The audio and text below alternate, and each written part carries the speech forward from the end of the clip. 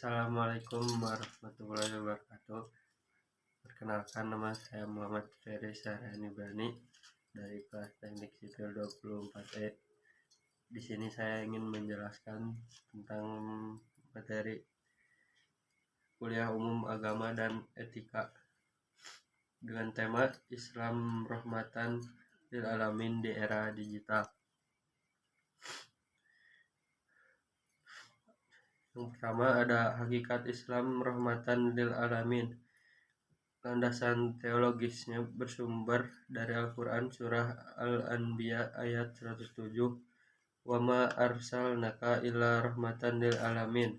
Islam diturunkan bukan hanya sebagai aturan ritual, melainkan sebagai bentuk kasih sayang dan manifestasi kedamaian bagi seluruh alam semesta, termasuk manusia, hewan, tumbuhan, dan lingkungan. Peralihan dari slogan ke aksi. Tantangan terbesar umat saat ini adalah terjebak menjadikan istilah ini sebagai slogan semata. Inti dari kuliah umum ini mendesak agar konsep kasih sayang tersebut diinternalisasikan ke dalam karakter pribadi dan diaktualisasikan dalam tindakan nyata sehari-hari. Dan untuk yang keduanya, implementasi modernisasi dan khilafiyah. Prinsip modernisasi beragama. Rahmat Islam akan terlihat ketika pemeluknya mampu bersikap moderat atau bisa disebut tengah-tengah. Artinya seorang muslim harus teguh dan kokoh dalam memegang prinsip akidah atau keyakinannya, namun tetap luwes, lembut, dan inklusif dalam interaksi sosial dengan sesama manusia.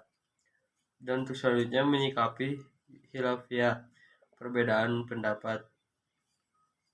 Perbedaan pandangan fikih atau mazhab dalam Islam harus dipandang sebagai kekayaan intelektual dan rahmat, bukan sebagai alasan untuk saling membenci, menyalahkan, atau memicu perpecahan. Memahami akar konflik.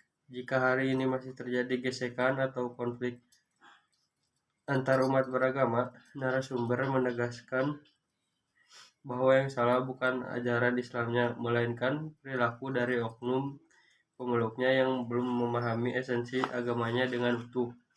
Dan untuk yang ketiga, etika dan kendali diri di era digital. Teknologi sebagai alat, bukan penguasa hati. Di era digital, teknologi dan media sosial harus diposisikan hanya sebagai perpanjangan tangan atau alat bantu kehidupan. Teknologi tidak boleh dibiarkan menguasai kalbu dan mengendalikan emosi manusia. Fenomena konflik jari. Saat ini banyak terjadi perpecahan dan permusuhan yang dipicu hanya oleh ketikan jari di media sosial.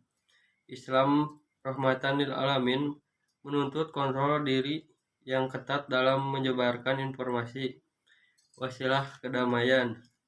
Mahasiswa dan umat Islam wajib menguasai teknologi guna menjadikannya sarana wasilah untuk menyebarkan edukasi kebaikan dan pesan-pesan damai, bukannya ikut arus menjadi penyebar kebencian atau berita bohong. Dan untuk kesimpulannya, Islam rahmatan lil alamin bukanlah sekedar slogan teoritis, melainkan aksi nyata yang diwujudkan melalui moderasi beragama dan pengendalian diri di era digital. Konflik sosial atau keagamaan yang terjadi saat ini bukanlah kesalahan dari ajaran Islam,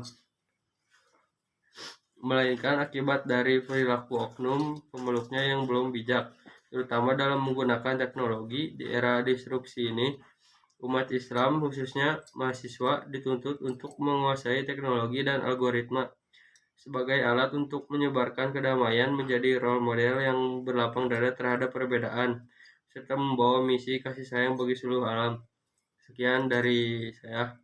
Terima kasih. Wassalamualaikum warahmatullahi wabarakatuh.